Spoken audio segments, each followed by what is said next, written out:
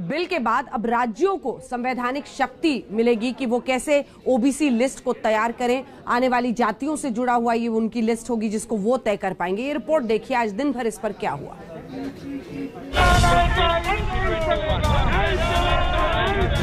क्यों आप संसदीय मर्यादाओं का उल्लंघन कर रहे हैं? क्यों आप खुद मर्यादा गिरा रहे हैं?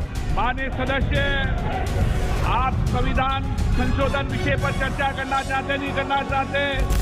आप चर्चा नहीं करना चाहते सदन में? आप ओबीसी पे भी चर्चा नहीं करना चाहते? ये तरीका ठीक नहीं है आपका। न दलित पे चर्चा करें, न ओबीसी पे चर्चा करें, न जनजाति पर चर्चा करें। लोकसभा में केंद्र सरकार के खिलाफ विपक्ष की नारेबाजी के बीच ओबीसी आरक्षण से जुड़े अहम बिल पर चर्चा शुरू हुई।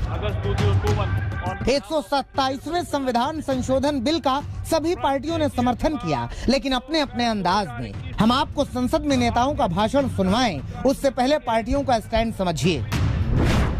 कांग्रेस बिल का समर्थन, आरोप बीजेपी का चुनावी एजेंडा। समाजवादी पार्टी बिल का समर्थन, आरोप ओबीसी के लिए नया झुनझुना। जेडीयू बिल का समर्थन, जाति आधारित जनगणना भी हो। एनसीपी बिल का समर्थन, आरक्षण का दायरा बढ़ाया जाए। एआईएमआईएम बिल का समर्थन, आरक्षण का दायरा बढ़ाया जाए। ये बिल में सर बिल पर चर्चा के दौरान बीजेपी और कांग्रेस के बीच तर्क और तथ्य रखे गए। कैसे ओबीसी आरक्षण को लेकर दावे किए गए, आपको सुनना चाहिए। आपको क्या है? आपके बहुमत है, आप किसी को परवाह नहीं करते हैं, आपको 56 इंच छाती है, परवाह करने की जरूरत भी क्या है? आप किसी को नहीं परवाह करते, तो बहुमत की बाहुबली से अब सदन में जो चाहे मनमानी कर सकते हैं, लेकिन जनता की बोली के सामने आप झुक जाते हैं। हमारे कांग्रेस के सम्माननीय नेता अधीर रंजन जी, आपको इस बात का ध्यान होना चाहिए कि संविधान में पिछड़े वर्ग के आरक्षण की व्यवस्था तो संविधान के निर्माताओं ने करी थी। आपकी पार्टी 1950 में शासन में आई थी, लेकिन पिछड़े वर्ग का 1950 में संविधान आने के बाद काका कालेलकर कमीशन बना। आपने 40 साल तक शासन किया, काका कालेलकर कमीशन को न्याय नहीं दिया, पिछड़ों को न्याय नहीं दिया। आप इस बात को कांग्रेस और बीजेपी में जमकर तूतू मैमै हुई। ओबीसी आरक्षण को लेकर एक दूसरे की नीति और नीयत की व्याख्या की गई। वहीं अखिलेश यादव ने बिल का समर्थन किया, लेकिन बीजेपी पर ओबीसी वोटरों को ठगने का आरोप भी लगाया। अगर हम सत्ता पक्ष में बैठे लोगों की बातें सुने और उनका आकलन करें, अगर देश को सबसे ज्यादा किसी ने गुमराह किया है तो वो भारतीय जनता पार्टी ने पिछड़ों को, दलितों को सबसे ज्यादा गुमराह करने का काम किया। सही बात। और सभापति महोदय, नीयत साफ हो तब हम उम्मीद करेंगे कि आरक्षण बचेगा। ये भी अच्छा है कि स्टेट्स को मौका मिल रहा है, वो अपने आप फैसला ले सकते हैं किन जातियों को ओबीसी में शामिल करना है।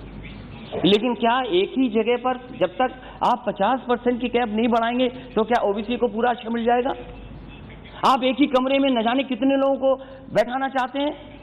माननीय सभापति महोदय, हमसे बेहतर किसी ने नहीं देखा होगा कि जातियों में नफरत अगर कोई फैलाता है तो ये भारतीय जनता पार्टी के लोग जो नफरत फैलाते हैं। मुझे याद है चुनाव मत भूलिए, इन्होंने चेहरे आगे किए, इन्होंने चेहरे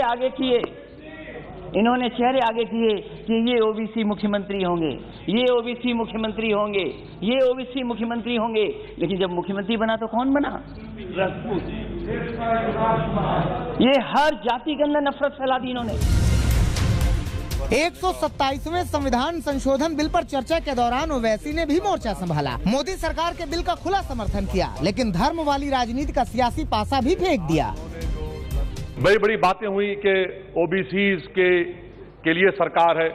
मैं इसको डिस्पेल करता हूं, एक्सपोज करता हूं। ये सरकार ओबीसीज के लिए नहीं है। क्यों नहीं है? ये कैसा बात है कि अगर रियासत तेलंगाना में जो मुसलमानों की बैकवर्ड कास्ट है उनको रिजर्वेशन मिलता है, मगर सेंट्रल लिस्ट में उसका जिक्र नहीं होता, तो एक ऐसा कानूनी मैकेनिज्म बनाने की जरूरत है कि अगर किसी स्टेट और रियासत में वो ये तय करती है कि ये हमारे स्टेट की ओबीसी है तो सेंट्रल लिस्ट में उसका रिफ्लेक्ट होना चाहिए। आप क्यों डर रहे हैं? नरेंद्र मोदी की सरकार क्यों डर रही है? 50% को क्रॉस करिए ना। जब प्यार किया तो डरना क्या? तोड़ जाइए 50% को। क्यों 50% को डर रहे हैं आप? जो 50% है उनको 27%, जो 20% है उनको 50%। तो आपकी मोहब्बत ओबीसी से नहीं है, आपकी मोहब्बत उनके वोट से है। और आपका दिल उन 20% के लिए धड़कता है जिसके लिए आपने 50% तहफ़्फ़ुज़ रिजर्वेशन दी है। यह आपकी हकीकत है कि हम हुकूमत से मुतालबा कर रहे हैं कि प्रोएक्टिवली नरेंद्र मोदी की सरकार 50% सीलिंग को तोड़िए, निकलिए। आप क्यों नहीं करना चाहते?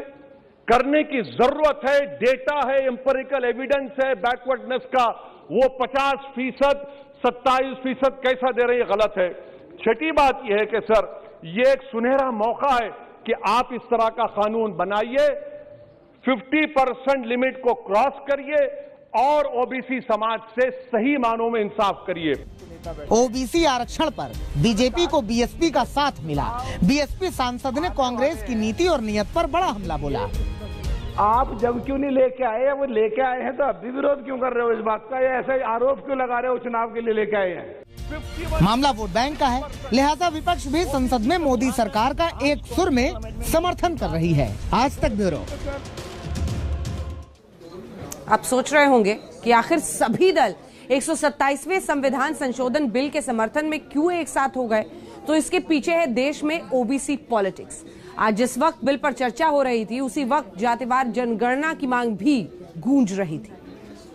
देश के ओबीसी मंत्री बने, देश के किसानों के बेटे मंत्री बने, ये बात कुछ लोगों को राज नहीं आती है और इसलिए उनका परिचय तक नहीं होने देते हैं। और इसलिए माननीय सेक्रेटरी, मंत्रिमंडल में नवनियुक्त सदस्यों को लोकसभा में इंट्रोड्यूस समझा जाए। आज संसद में एनडीए के सहयोगियों समेत विपक्ष ने एक बार फिर जाति जनगणना की मांग बुलंद की। मांग यही कि अब देश में जातिवार जनगणना बहुत जरूरी है। बिहार के मुख्यमंत्री नीतीश कुमार जाति आधारित जनगणना की लड़ाई लंबे अरसे से लड़ रहे हैं। बिहार विधानसभा में प्रस्ताव भी पास हो चुका है। 127वें संविधान संशोधन पर चर्चा के दौरान जेडीयू ने जातिवार जनगणना का मुद्दा उठाया। आप जनगणना कराने जा रहे हैं, हम आपसे मांग करते हैं कि 1931 के बाद 2022 में जातीय जनगणना करा दी। यह भ्रम भी गलत है कि उससे कोई समाज में भेदभाव हो। नहीं, समाज के हर तबके की आबादी बढ़ी है। 2022 में उत्तर प्रदेश में चुनाव है। चुनाव में जाति आधारित जनगणना बड़ा मुद्दा है, लिहाजा अखिलेश यादव ने 2011 जनगणना के जातीय आंकड़ों को सार्वजनिक करने की मांग रखी। तो अपना दल की चीफ और केंद्र में मंत्री अनुप्रिया पटेल ने जाति के आधार पर जनगणना कराने की मांग की। और इसके लिए जरूरी है कि जो हमारी पिछड़ी दबी कुचली जातियां हैं, उनका पहचान का संकट भी दूर हो और उनकी गणना भी सामने आए। अगले साल कई राज्यों में चुनाव है। ऐसे में पार्टियों में ओबीसी का हितैषी दिखने की होड़ मची हुई है। दिल्ली से लेकर महाराष्ट्र तक ओबीसी पर सियासी जंग तेज हो गई है। आप ओबीसी के अपलिफ्टमेंट के लिए नहीं है। जो सेंसस 2011 में हुआ था, वो हमारी सरकार, जब यूपीए की सरकार थी, तो वो डेटा दिया नहीं, लेकिन अब वो डेटा देंगे, वो एम्पेरिकल डेटा, ऐसे बीजेपी के लीड स्पीकर ने कहा। So I thank the Honorable Minister and the BJP for sharing this data, which is very, very critical for us. So I would like you to reconfirm it because आपके खिलाफ हमारे राज्य का एक बड़ा case चल रहा है, तो आपके भी पैसे बचेंगे, मेरे सरकार के भी बचेंगे। कोविड में काफी खर्चा हो गया दोनों सरकारों का। 2011 में ये डाटा तैयार हुआ तो यूपीए की सरकार थी। 14 में आफ्टर 3 इयर्स सरकार एनडीए की आई है।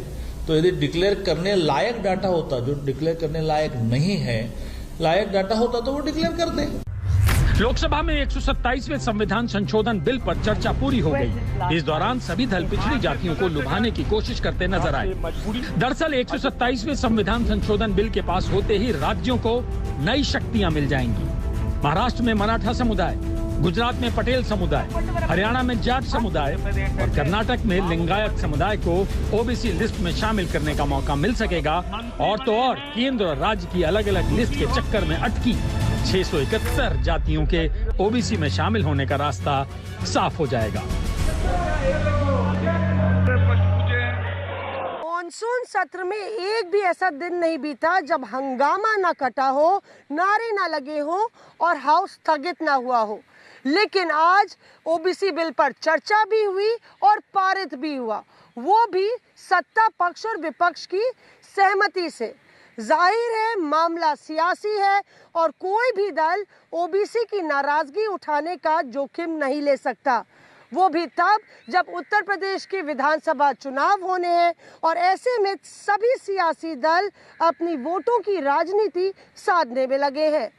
कैमरा पर्सन प्रदीप गुप्ता के साथ मौसमी सिंह, दिल्ली आज तक।